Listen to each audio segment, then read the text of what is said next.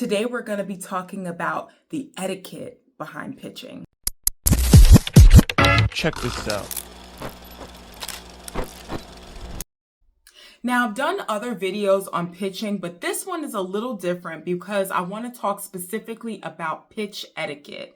As someone who's been in this business for over 20 years, I've received some crazy pitches and just some odd interactions with authors. So I just want to share with you some of the ones that really stood out to me to help you on your journey to find the right agent or editor for your work.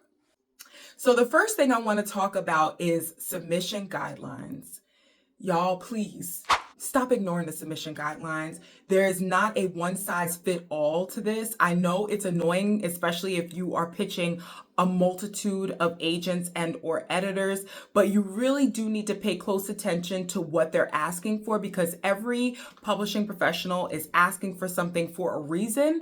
And typically it is because that is whatever assists their process in determining whether or not they want a project. And speaking from my own experience, I cannot speak for anybody else, but I'm just telling you my experience, okay? If I have a form that I would like you to fill out on Query Manager, that does not mean jump in my DM on Facebook and just try to pitch me cold your project because you don't want to take the time to fill out the form. The form is there for a reason. It helps me to assess the projects and it asks specific questions so that I know if a project is right for me. If you bypass that, that makes me think you're not, going to follow instructions when important. You're trying to, take missteps, cut corners, however you want to interpret it.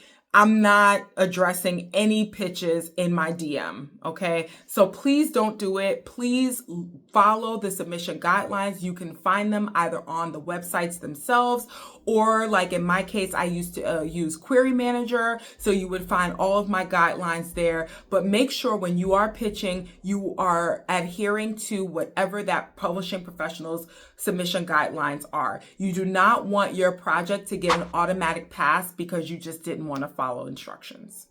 The next thing I want to talk about, please stop spamming us, okay? If a publishing professional has read your project and rejected it, whether with a form letter or something a little more direct, chalk it up as a no and move on. Unless you got a very positive response from them or they specifically asked you to revise your work, choose someone else, okay? When you send your stuff over and over again, it makes us feel like you're spamming us and you probably will get blocked.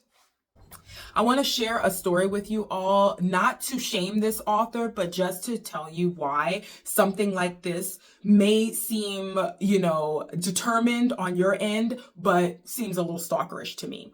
I had an author find every contact I had, my personal cell phone, my business cell phone, every single one of my social media platforms. And this author sent their pitch to every single place. So now I've got this random person texting my personal cell phone, my business cell phone. So that was a total of I think 6 or 7 pitches. First of all, I was freaked out as to why this person had my personal cell phone, because my personal cell phone number is not public. At least I didn't think it was. So that was kind of strange to see a pitch from someone I don't know, just trying to, sell their book, and then to send me the same thing on every single platform. Again, unsolicited, spammy, and kind of creepy. So of course I blocked this person on every single platform because it's just not professional. Remember, this is a business. Be professional, okay? If you're at work, you want work to stay at work, right? You don't want someone showing up at your doorstep asking you, where's that invoice you didn't process? You know what I mean? So I know that you're excited and you really want to get your work in the hands of a publishing professional, and I encourage you to do it, but please do it while respecting boundaries. The next part of this process is patience. Please, you guys, be patient. We as agents, editors, publishers, we have a lot going on. Remember, we have a list of clients that we're already working on, but then we also want to take the time to read your submissions and, find new talent. But that's going to take time if we're already working on other people's projects. If you were one of our clients, you would not want us to rush through a project that we've already signed on because I'm behind in submissions. So, allow 8 to 10 weeks, 10 to 12 weeks. I always tell people a slow yes better than a fast no.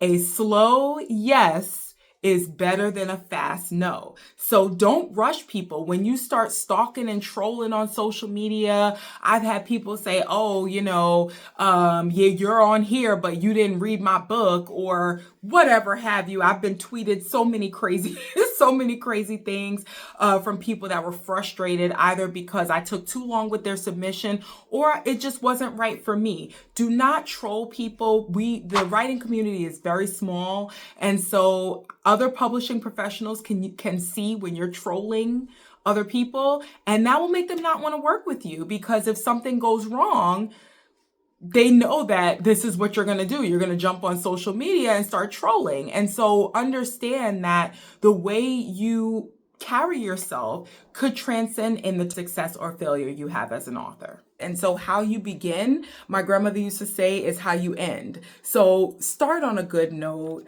be professional, be courteous.